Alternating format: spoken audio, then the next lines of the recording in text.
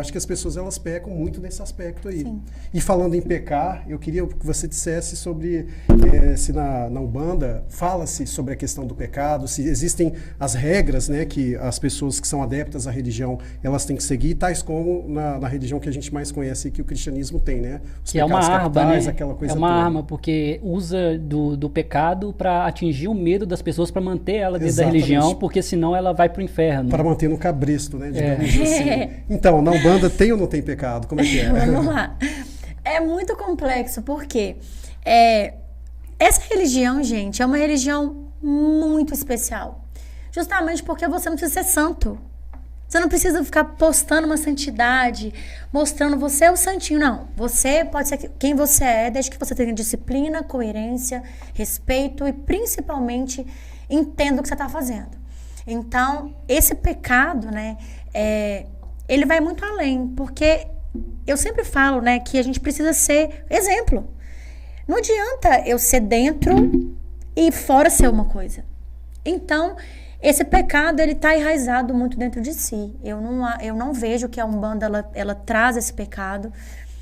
Eu acredito muito que o nosso livre-arbítrio é o que mais é pregado ali, né? Olha, você vai fazer, mas você vai precisar colher consequências. Você tem o livre-arbítrio de fazer uma escolha, mas você vai ter que colher, né? Desculpa, colher a consequência. E essa consequência pode ser o seu pecado. Essa consequência pode ser muito difícil para você.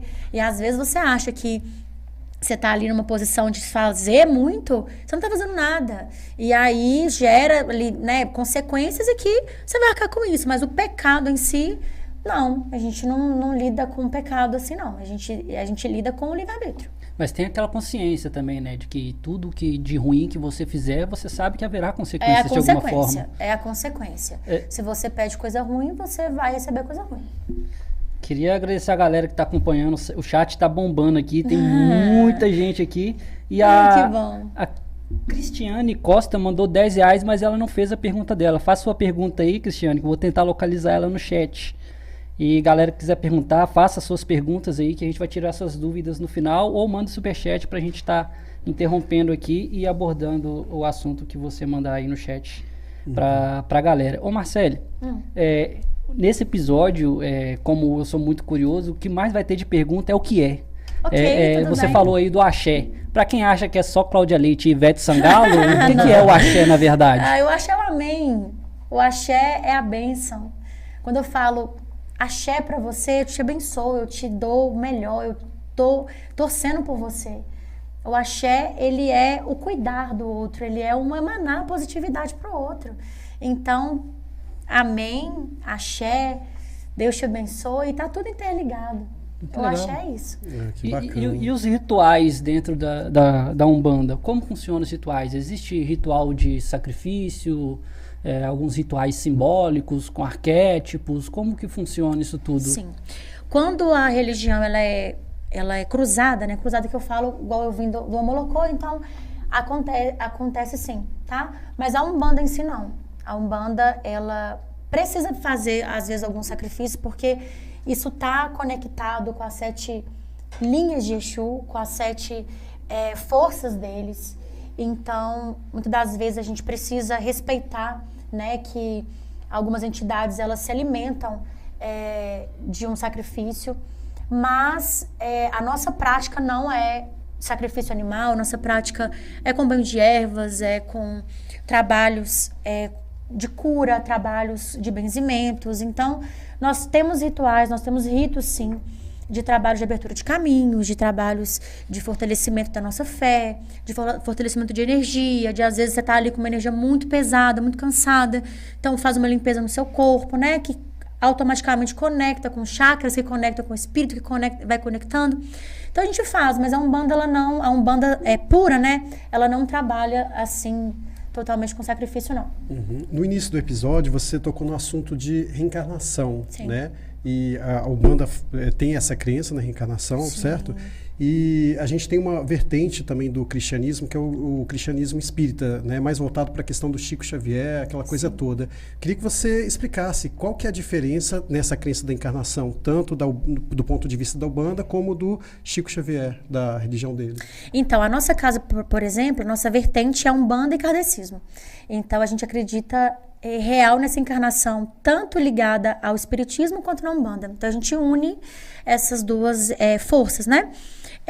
A reencarnação, ela também traz um sentido, porque a reencarnação, ela vem como um propósito de vidas passadas para você dar continuidade à sua evolução aqui.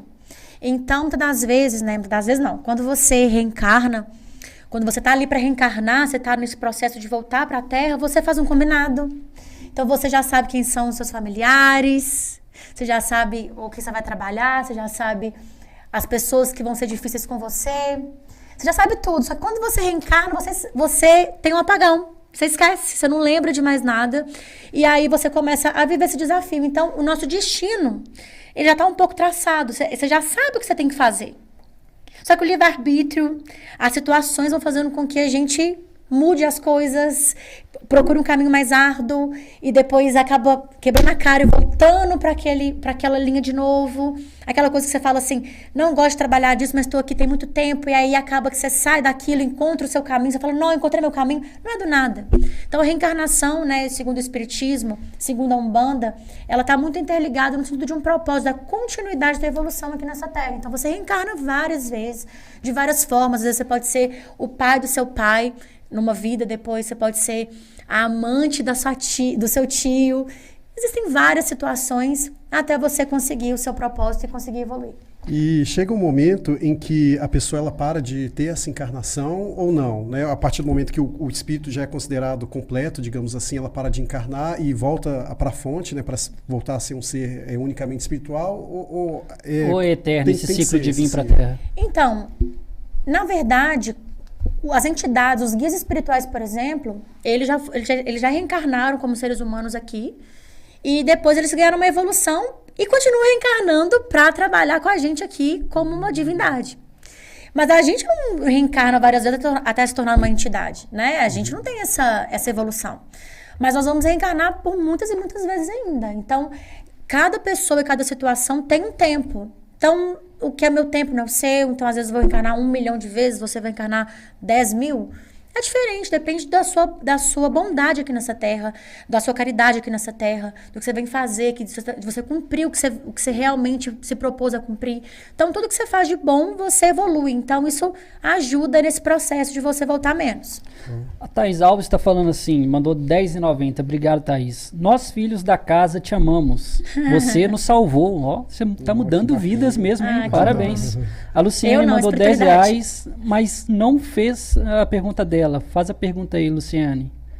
E outra coisa também que eu queria entender, a liderança do terreiro é chamada de mãe de santo, pai de santo, mas tem alguma coisa por trás? É porque tipo, quando você recebe essa energia, né, esse orixá, tem algum nome, o nome dele em específico, que é seu, que tipo assim, você tem esse dom de receber e ele fala através de você fica consciente? Não, milhares de perguntas que eu nem sei o que eu faço.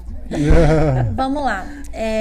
Eu acho que é porque você estava lembrando do Chico Xavier, que ele tinha a questão de psicografar, ter contato com pessoas que se foram. Porque, o Chico Xavier, ele fazia muito isso, né? Ele conseguia ter contato com seres que já existiram aqui, hoje estão no plano espiritual. Sim. E lá existe essa questão ou não? Lá a nossa casa faz. Inclusive, a minha família de pai de mãe tem parentesco com o Chico Xavier. Eu sou prima dele de alguns graus, né? Mas a gente deu continuidade a esse trabalho. Na nossa casa, a gente trabalha com psicografia, com psicofonia.